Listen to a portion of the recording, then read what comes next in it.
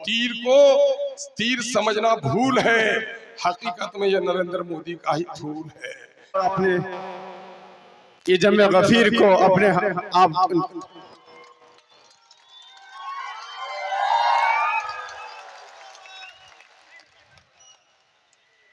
खून को खून लिखता हूँ, पानी नहीं लिखता। महलों में जो नाचती है मैं उसे रानी नहीं लिखता। काट दे मेरी कोई गर्दन या छीन ले ज़बां मेरी, कातिल को लिखता हूँ कातिल, कभी मसीहा नहीं लिखता। सरजमीन डगरवा में आज के इंतखाबी जलसे के सदर, हम सबों के महबूब नजर लीडर, मकबूल और मशहूर लीडर, मीरे महफिल वो मीरे कारवा जनाबे बैरिस्टर असदुद्दीन ओवैसी साहब हैदराबाद से तशरीफ फरमा, पार्टी के बिहार इकाई के जिम्मेदार, रुकने असम्बली तेलंगाना वो साबिक मेयर शहर हैदराबाद जनाबे भाई माजिद हुसैन साहब, पार्टी के जनरल सेक्रेटरी जनाबे इंजीनियर आफ्ताब अहमद साहब, यूथ प्रेसिडेंट बिहार जनाबे आदिल हसन एडवोकेट साहब, पार्टी के पूर्णिया इकाई के सदर जनाबे भाई नदीम साहब, इस प्रखंड के सदर जनाबे भाई मौलाना तनवीर साहब, हमारे विधानसभा अध्यक्ष अजीजी भाई एहसान साहब, नौजवान लीडर मुखिया जनाबे अजीजी करजई साहब, यहाँ पर तशरीफ फरमा बिहार के मुख्तलिफ अजला से आए हुए पार्टी के सभी कारकुनान, यूपी से तशरीफ फरमा पार्टी के सैदाइयों, और यहाँ इस वक्त डगरवा के सभी पंचायत से तशरीफ फरमा गय्यूर नौजवानों, मोहतरम बुजुर्गों, मुअज़्ज़ज़ उलमा कराम, मेरे किसान भाई साथियों और मेरे हिंदू मुस्लिम दोस्तों और मीडिया के दयानतदार साथियों, ये इस वक्त का तारीखी जलसा है। इस जलसे से सीमांचल की इसकी पट्टी की नई सियासी तारीख का आगाज होना है। हमारे बुजुर्गों ने इस मुल्क को 1947 से पहले मुसलसल 100 सालों तक लड़कर अपनी गर्दनें कटाकर मुल्क को आजाद कराया, लेकिन अफसोस है कि आजाद हिंदुस्तान में दिल्ली और पटना की सरकारों ने इस इलाके के साथ गुलामों के जैसा हाल किया। सीमांचल सबसे खुशहाल इलाका था, दिल्ली और पटना की बेईमान सरकारों ने इसे बदहाल कर दिया। इस गम की दास्तान को मैंने आपको बार बार सुनाया है। प्रदेश में सबसे ज्यादा मजदूर, बाल मजदूर, बाहर मरने वाले लोग, सबसे कम आमदनी, बीमार, कम पढ़े लिखे लोग, सरकारी नौकरी से महरूमी, गरीबी और खस्ता हाली हमारा मुकद्दर है। आजादी की सूरज की पहली किरण हमने देखी, लेकिन आजादी के बाद तरक्की का जो सूरज निकला उसकी किरणों से अब भी हम मोहताज हैं। हमारी लड़ाई इस इलाके के बसने वाले सभी हिंदू मुस्लिमों के लिए, मैं कहता हूँ सीमांचल एक कश्ती की तरह है और इस कश्ती में सवार सभी हिंदू मुस्लिम सिख ईसाई मिलकर हैं। कश्ती गर्क होगी तो सबका बेड़ा गर्क होगा, और आज कश्ती डगमगा रही है, सबकी जिंदगी डगमगा रही है। कश्ती किनारे लगेगी, सब पार उतरोगे। इस वक्त का मैं तीसरी बार आपके दरमियान में आया हूँ, और इस वक्त तज़किरे के तौर पर 3 लोगों का तज़किरा हो रहा है। मैंने अक्सर कहा है कि जमहूरी मुल्क में आपका वोट बड़ा कीमती हथियार है। हमारे बुजुर्गों ने अक्सर इसे इस्तेमाल किया। सरकार बना देनी है, सरकार गिरा देनी है। मैं कहता हूँ, ए मेरे बुजुर्गों, अगर आपके वोट से सरकार बन सकती है, और यकीनन है बनती है, अगर सरकार गिर सकती है, यकीनन है कि सरकारों को आपने गिराया है, तो खुदा की कसम के साथ ये बात कही जा सकती है, अपने वोट को अगर हमने अक्लमंदी से इस्तेमाल किया तो हमारे इलाके की तस्वीर बदल सकती है। और हमारे इलाके की तस्वीर ही नहीं, हमारे नस्लों की तकदीर बदल सकती है। अब की बार सरकार बनाना, सरकार गिराना हमारा दूसरा पहलू होगा, लेकिन अब की बार हमने कसमें खाई है कि हम अपने वोट के जरिए से सीमांचल की तकदीर और तस्वीर बदलेंगे इंशाअल्लाह अज़ीज़। और यकीनन है कि हम उन गुलामों की तरह पार्लियामेंट में जाकर किसी पार्टी के सामने में सर झुकाने नहीं लगेंगे। हम साफ कर देना चाहते हैं कुछ लोगों को जो कांग्रेस के गुलामी के दौर में जीने के आदी हैं, मैं साफ कर देना चाहता हूं, पार्टी की पुरानी रवायत रही है कि जब भी फासिस्टों के मुकाबले में, सांप्रदायिक शक्तियों के मुकाबले में हमारी वोट की जरूरत पड़ी है, हमने सो कॉल्ड सेकुलर लोगों का ही साथ दिया है। बिहार असेंबली और पार्लियामेंट के अंदर की दीवारें इस बात की गवाह है। फर्क यह है कि कांग्रेस के गुलामों को जुटाओगे तो बेजबान होगा, आपका वोट लेकर सरकार किसी की बना देगा, आपकी मसाइल के हल की बात नहीं कर सकेगा। और अख्तरुल ईमान को जिताओगे तो बीजेपी और फिरका परस्तों के बिलमुकाबिल जो भी जमात खड़ी होगी अख्तरुल ईमान का साथ देगा, लेकिन आपके मसाइल को हल करवाने की तर्जुमानी करेगा।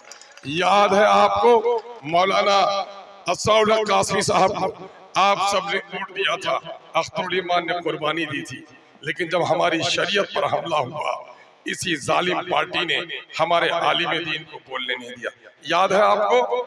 आज अल्हम्दुलिल्लाह आदमी जब चीन में किसी का दरवाजा खोलता है तो हिंदुस्तान में उसके दरवाजे पर कोई दस्तक देता है। कल तक हमारे पार्लियामेंट में हमारे आलिम दीन को बोलने नहीं दिया। आज अल्लाह का शुक्र है एमआईएम ने सीमांचल के नौजवानों की गैरत को जगाई है कि कांग्रेस का कोई वर्कर भी बस्ती में जाकर आप बोलने की हिम्मत नहीं करता। यही काम करो नौजवानों। मैं कहता हूं कि बाप का कातिल बस्ती में आए तो कुर्सी लेकर उसका एजाज नहीं किया जाता, उसकी गर्दन पर हाथ रखी जाती है। ठीक उसी तरह से आज गोधरा में जो माऊ बहनों का कत्ल हुआ है, उसके लोग जो बस्ती में फिर रहे हैं, अल्हम्दुलिल्लाह उसकी सियासी गर्दन को लोग नाप रहे हैं और इन मुनाफिकों को भी जगह नहीं मिल रही है। मेरे भाइयों, इस वक्त बहुत ही इत्मीनान से आपको फैसला करना है। इस वक्त बीजेपी बड़ी अक्सरियत चाहती है, चूंकि हिंदुस्तान के आईन में, भारत के संविधान ने मुसलमानों को जो हुकूक दिए हैं, इन हुकूक को पामाल करना चाहती है, आईन को बदलना चाहती है। उसके लिए 2/3 बहुमत की वो कोशिश कर रही है। लेकिन क्या आईन के खिलाफ जब लड़ाई होगी तो ये कांग्रेस के पंगू बोल पाएंगे? अगर वहां बोलेगा कोई तो बैरिस्टर असदुद्दीन ओवैसी बोलेगा, और अगर आपने अख्तरुल ईमान को ताकत दी तो बैरिस्टर असदुद्दीन ओवैसी के बाजू में और कुव्वत पैदा होगी, जिससे बातें और बाअसर होंगी। मेरे भाइयों, इस वक्त हम आपसे कहने के लिए आए हैं, कांग्रेस ने जो जख्म दिए हैं वो ताजा है। कहा गया है कि गर ताजा खाही दास्तन ई दाग हाय सीनारा, गाहे गाहे बाज खां एक किस्से पारी रहा। कि अगर तुम चाहते हो कि दर्द तुम्हारे सीने में रहे तो पुराने किस्सों को याद करो। बाबरी मस्जिद में अगर मूर्ति न बैठाई होती कांग्रेस ने, हमारी मस्जिद नहीं टूटती। और सिर्फ मस्जिद ही नहीं टूटी, पूरे मुल्क के हिंदू और मुसलमानों की मोहब्बत के टूटने की जो वजह बनी है वो हिंदू और मुसलमानों के नफरत का माहौल कांग्रेस ने पैदा किया, और उस आग में पेट्रोल डालकर बीजेपी ने अपनी सियासी रोटी सेकी है। ये बहुत फर्क नहीं है कांग्रेस और बीजेपी में। बड़ा अच्छी बात कही किसी ने, मुर्गे की जान दोनों हाल में जाती है, कोई उसे झटका करता है, कोई हलाल करता है।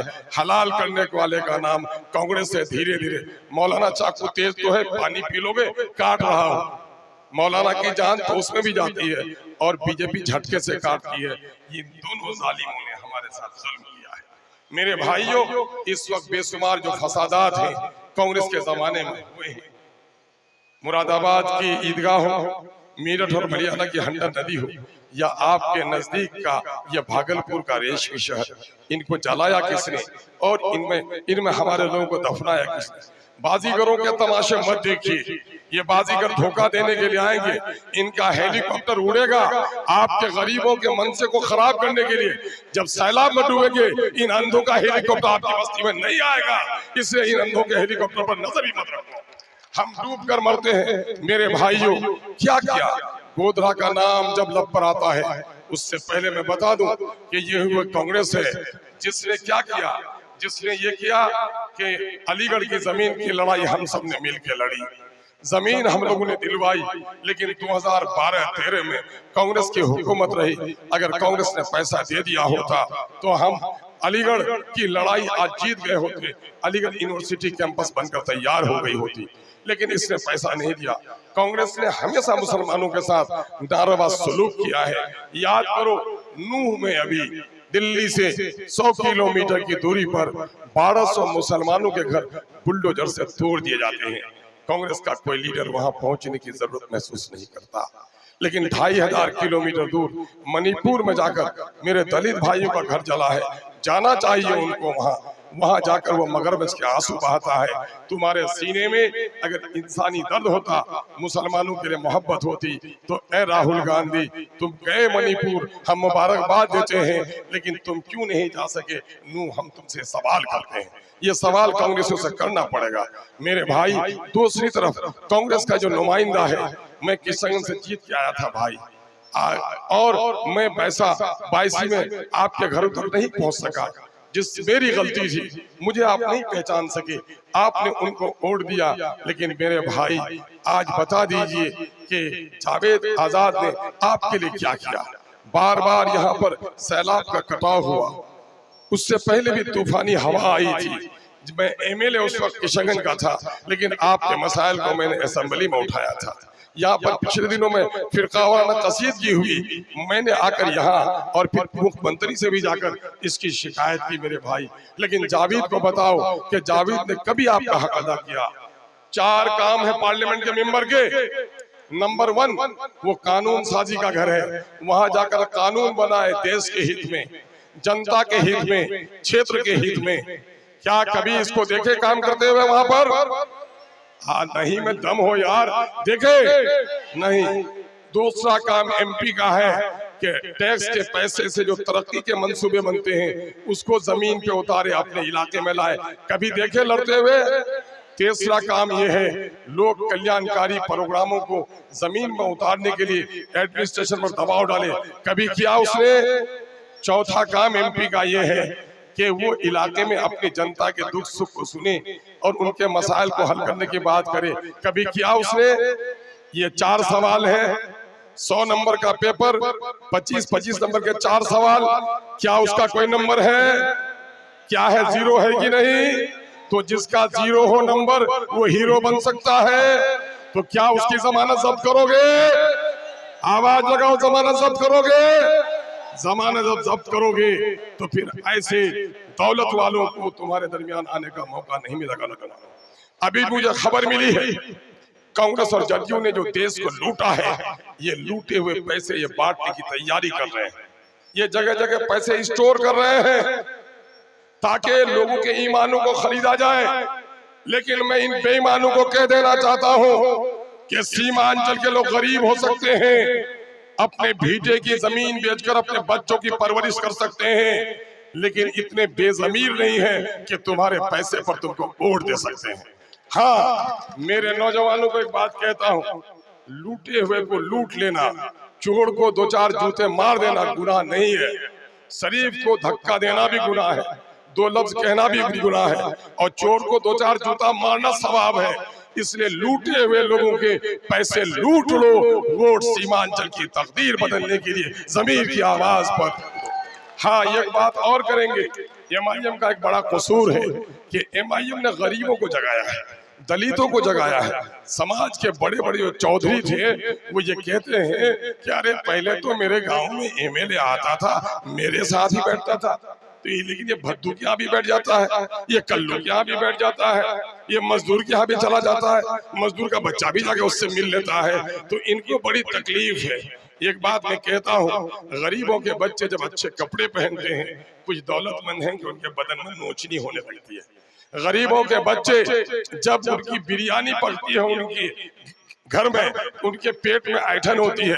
गरीब का बच्चा जब कुर्सी पर बैठता है तो कुछ बड़े लोग हैं जिनके तशरीफ में जख्म होने लगती है। इसलिए ऐसे लोगों के लिए मैं कह देता हूँ, उठो दुनिया के गरीबों को जगा दो, काखे उमड़ा के दरो दीवार हिला दो, जिस खेत से मुयस्सर न हो दकान करो जी, उस खेत के हर भूसे गंदम को जला दो। लोगों, इसलिए ये आई है, ये इनकलाबी जमात है, ये लोगों को इज्जत बख्शने आई है, दलितों को उसका हक याद दिलाने आई है। मेरे भाई, मुल्क के हालात बड़े खराब हैं। दूसरी तरफ मोदी का एक नेता आया है, वो नटवर लाल है। ये नाटे कद का मोदी है या छोटा मोदी है? मुजाहिद समझ के कहीं गलती में मत आइएगा। मुजाहिद ये माने होते कोशिश करने वाले, मुजाहिदुल इस्लाम यानी इस्लाम के लिए कोशिश करने वाले, और मुजाहिद वतन यानी वतन के लिए कोशिश करने वाले। ये मुजाहिदुल वतन नहीं है, मुजाहिदुल अवाम नहीं है, ये मुजाहिदुल मोदी है। ये मोदी के लिए जोहद कर रहा है। इसकी अय्यारी और मक्कारी तो देखो। 3 महीना पहले आया था और क्या कहता था? मोदी भगाओ देश बचाओ, मोदी भगाओ देश बचाओ। मसाल जुलूस निकाला था कि नहीं? और आज 3 महीने के अंदर उसका हृदय परिवर्तन हुआ। अब क्या कहता है? मोदी को लाओ हमको बचाओ, मोदी को लाओ हमको बचाओ। ए मुनाफिक, तू कान खोल कर सुन ले कि मुनाफिक जो ईमानी तौर पर मुनाफिक होगा वो जहन्नम के सबसे आखिरी गड्ढे में जाएगा। और अब की बार तू भी सुन ले कि तू सियासी मुनाफिक है। यहाँ की आवाम ने तुम्हारे बारे में फैसला कर लिया है कि तुमको शिकस्त के सबसे आखिरी सर पर खड़ा करके रखेगा। तुम किन से वोट मांगने आए हो? बाप का कातिल बस्ती में आए, हम ताजा होता कि नहीं? कौवा बोलते हो तो रंग सफेद की काला नजर आता है। बोलो, सही बोलो। अब मोदी का नाम जब लब पर आता है तो गोधरा की याद आती है कि नहीं? बाबरी मस्जिद के टूटने का गम ताजा होता है कि नहीं? गोधरा में क्या नहीं हुआ? माओ की आबरू उनके बच्चों के सामने में लूटी गई, बेटे के सामने में माँ को बरहना किया गया, दूध पीते बच्चों को माँ के आगोश से छीन कर आग में डाला गया। ये दर्द का किस्सा याद करता हूँ, कलेजा मुंह को आता है।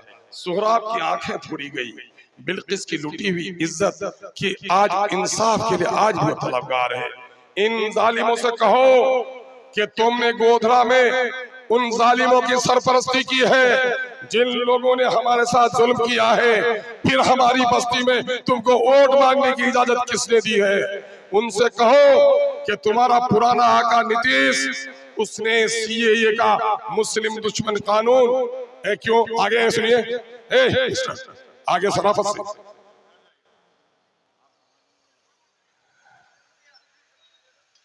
हाँ, पीछे चलिए। मामला यह है कि सीएए का काला कानून किसने पेश किया? मोदी ने, हिमायत नीतीश ने की। तलाक बिल, शरीयत पर हमला, मोदी की हिमायत नीतीश ने की। खालिद अनवर साहब नाम के एक एमएलसी आए हैं, झूठ बोलने में पीएचडी उसने कर ली है और खुशामद और मालिश करके एमएलसी बनते हैं। यहाँ आकर लोगों को दिग्भ्रमित करते हैं कि साहब सरकार से काम कराना है। मिली तंजीमों ने नीतीश कुमार की हिमायत की है। ए खालिद अनवर साहब, आपने अपने जमीर का सौदा कर लिया है तो कर लो। हमारी मुमताज मिली तंजीमों के नाम को बेचकर अवाम को वर्गलाने का काम मत करो, वरना सीमांचल की अवाम इज्जत देना चाहती है, घेर कर बस्ती में रख देगी, निकलने का रास्ता भी नहीं पाओगे।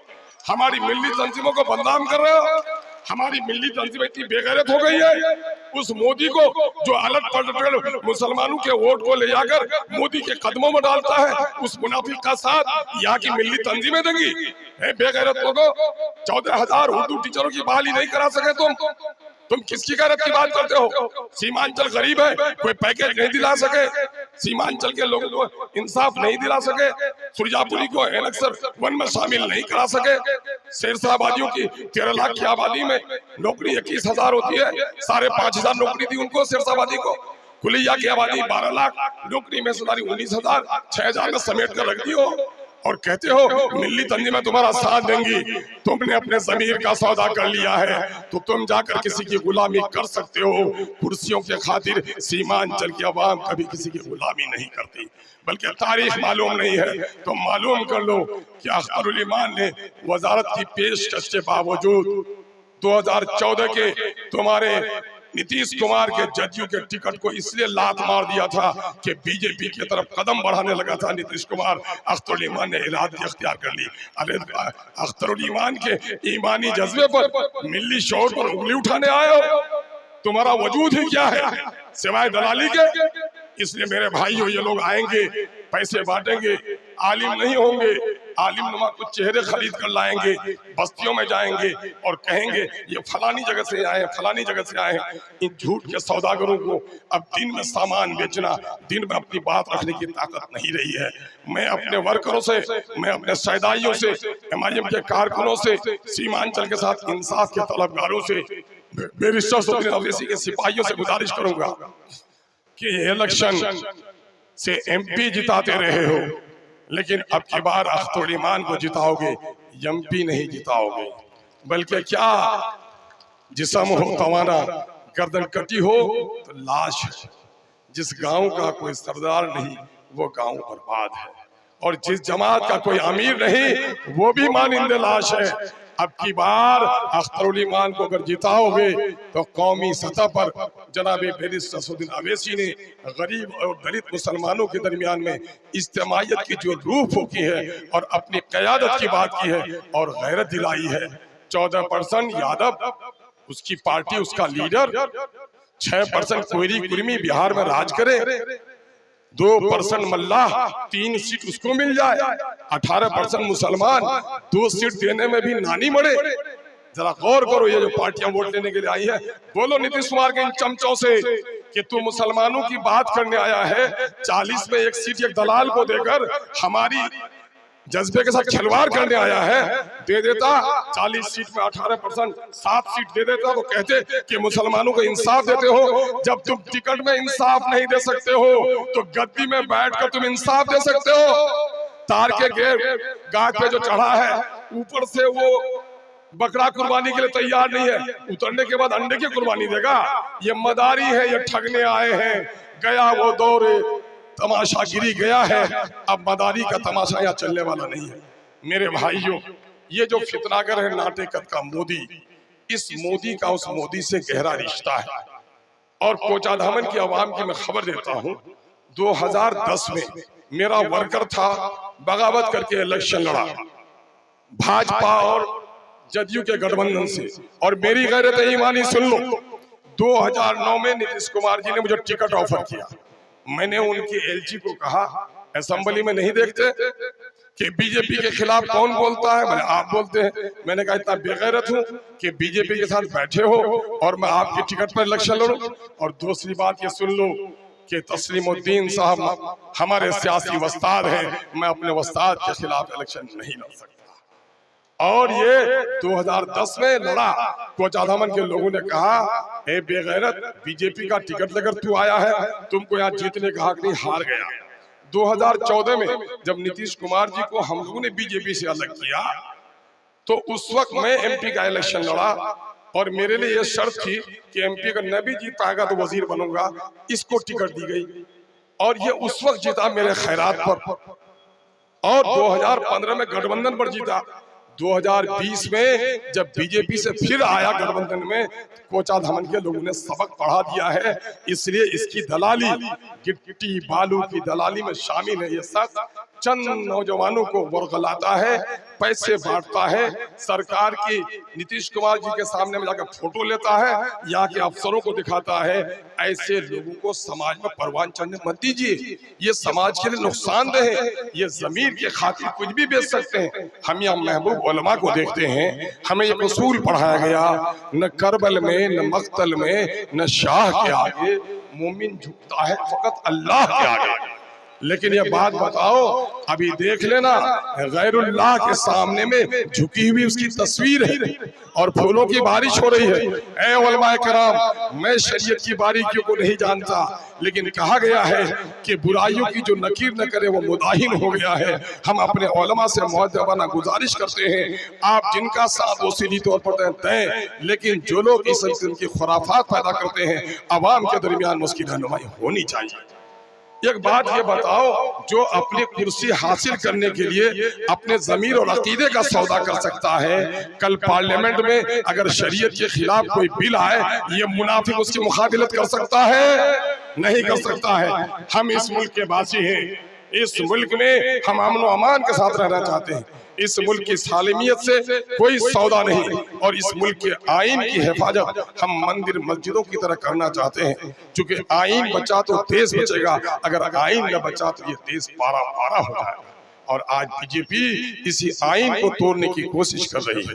जब से मोदी की फिजा पूरे मुल्क में बनी है, हर तरफ एक खौफ तारी है। कहीं टोपियां उछाली जा रही हैं, कहीं दाढ़ियां नोची जा रही हैं, कहीं बहनों के नकाब छीने जा रहे हैं, कहीं कब्रिस्तानों पर कब्जा हो रहा है, कहीं मीनारे तोड़े जा रहे हैं। मदरसा अजीजिया में 4000 से ज्यादा इस्लामी कुतुब कुरान मजीद के नुस्खे को नजर आतिश किया गया है।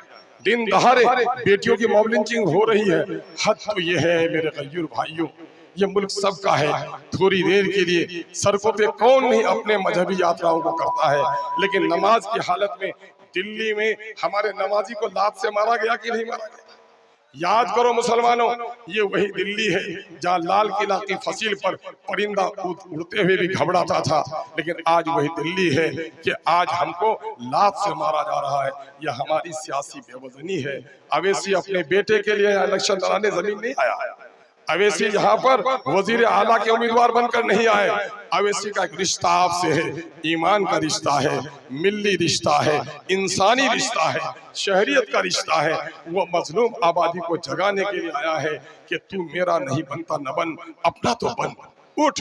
अगर तूने आज जमात खड़ी कर ली तो किसी माए के लाल को मस्जिद के मीनारे को तोड़ने की तो क्या बात है, तुम्हारी तरफ अदावत की नजर उठाकर देखने की हिम्मत भी नहीं करेगा। शर्त यह है कि पार्लियामेंट में 100 में 15 मुसलमान, पार्लियामेंट में 543 कितने होने चाहिए? 80 81 हैं कितने? 23 में से कितने को बोलते हुए देखते हो? वही 2 को बोलते हुए देखते हो। बाकी पार्टियों के गुलाम हैं, आपके तर्जुमान नहीं। तय करो, पार्टियों का गुलाम चुनना है या सीमांचल का तर्जुमान चुनना है। इस तरह अरे आवाज में दम हो, बाजुओं में इत्तेहाद की अलामत हो और पेशानी में गुस्से की लकीरें हो, ताकि इन बेईमानों के खिलाफ हमारी आवाज दूर तक जाए। क्या गुलामों को चुनोगे कि अपने तर्जुमानों को चुनोगे? तर्जुमानों को चुनोगे तो बैरिस्टर असदुद्दीन अवैसी के बाजू में बैठने की अख्तरुल ईमान को इजाजत दे दो। अख्तरुल ईमान के पास पैसे नहीं है, हम दलालों को खरीद नहीं सकते, लेकिन हाँ ईमानी एक रूह रखता हूँ, और जो जिस्म के खून का आखिरी कतरा है हम अपनी नस्लों के लिए निछावर करना चाहते हैं। हमारी कुर्बानी यही है। मैंने वजारत की कुर्बानी दी है और अल्लाह का शुक्र अदा करता हूँ। गुज़िश्ता 25 सालों से मैं सियासत में हूँ, अल्लाह का शुक्र अदा करता हूँ, अमीर नहीं बना हूँ। इस गरीब के बेटे में जो सबसे बड़ी दौलत अल्लाह ने दी है वो ये दी है कि कुछ वसूलों का नशा था, कुछ मुकद्दस ख्वाब थे, यही फी जमाना शहादत के असबाब थे। मैं उसी मुकद्दस ख्वाब की, मैंने यही ख्वाब देखा है, मैं जली हुई ईंट हूँ, बुनियाद बन जाऊंगा, इस पर इंशाअल्लाह हमारी इमारत खड़ी होगी। आपने जो इज्जत हमें दी है, मेरी नस्लें भी आपके इस एहसान का बदला नहीं चुका सकती। लेकिन हाँ, मैंने ये सोचा है कि मैं ऐसा कुछ काम कर जाऊं जो आपकी नस्लों को फायदा पहुंचाए। मैं एमपी बनूंगा, कुछ दिन रहूंगा, मर जाऊंगा, लेकिन कोई निशानी छोड़ के नहीं जा पाऊंगा। अगर आपने मजलिस इत्तेहादुल मुस्लिमीन की जानिब से मुझे एमपी बना दिया तो बिलाशुबा जिस तरह यादवों की, कोयरियों की, कुर्मियों की, मल्लाहों की एक जमात बिहार में खड़ी हो गई है और अपनी कौम को फायदा पहुंचा रही है, अच्छा काम उसने किया। जिस तरह से केरल में मुस्लिम लीग खड़ी हो गई है, जिस तरह तेलंगाना में मजलिस खड़ी होकर अपनी कौम और मजलूमों की आवाज बनी हुई है, अख्तरुल ईमान को मौका दिया, इंशाअल्लाहुल अजीज बिहार में एक ऐसी जमात खड़ी हो जाएगी जो मजलूमों की वकालत करने वाली होगी। लोगों इस एहसान को मत भूलना।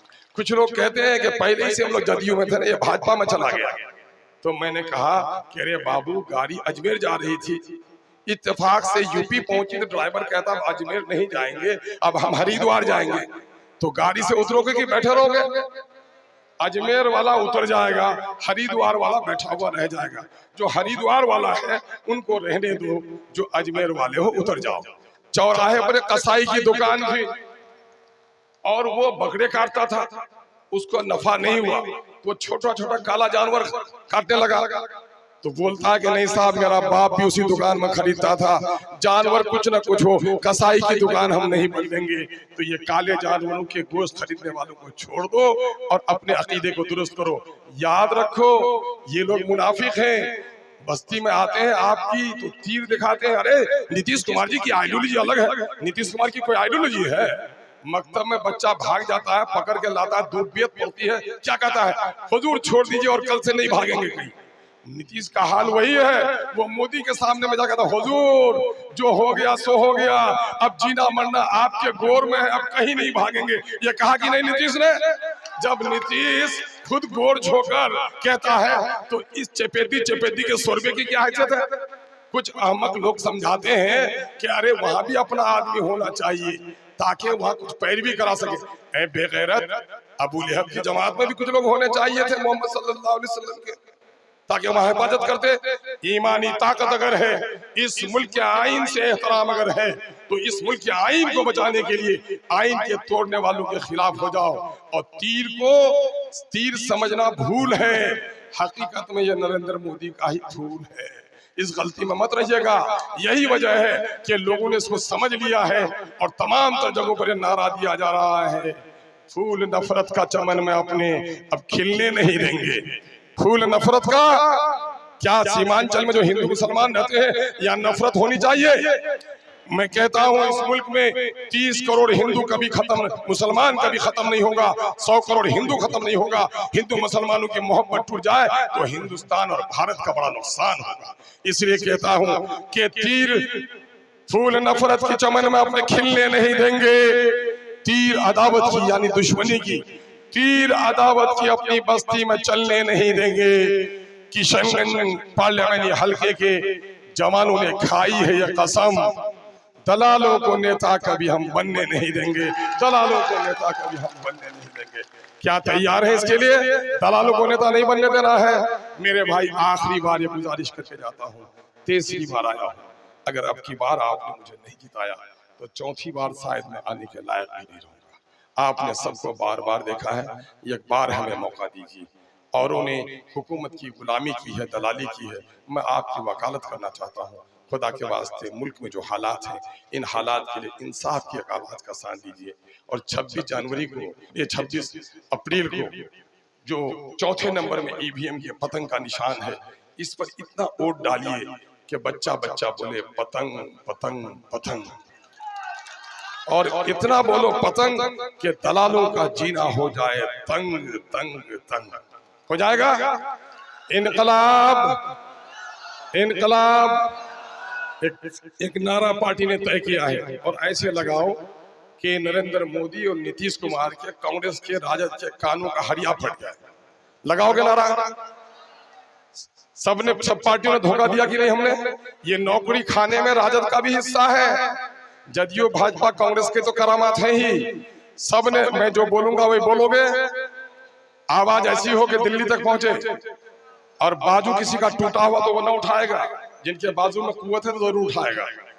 बोलो, सबने दिया है हमको चोट, सबने दिया है हमको चोट, सबके दिल में है खोट, सबके दिल में है खोट। अब न देंगे इन बेईमानों को वोट, अब न देंगे इन बेईमानों को वोट, अब न देंगे इन दल्लालों को वोट। अब अपनी पार्टी अपना वोट, अपनी पार्टी अपना वोट। इनकलाब इनकलाब, पतंग का निशान, बैरिस्टर असदुद्दीन ओवैसी, डगरवा के सभी नौजवान, डगरवा के किसान, बहुत बहुत शुक्रिया। अस्सलाम वालेकुम, आदाब।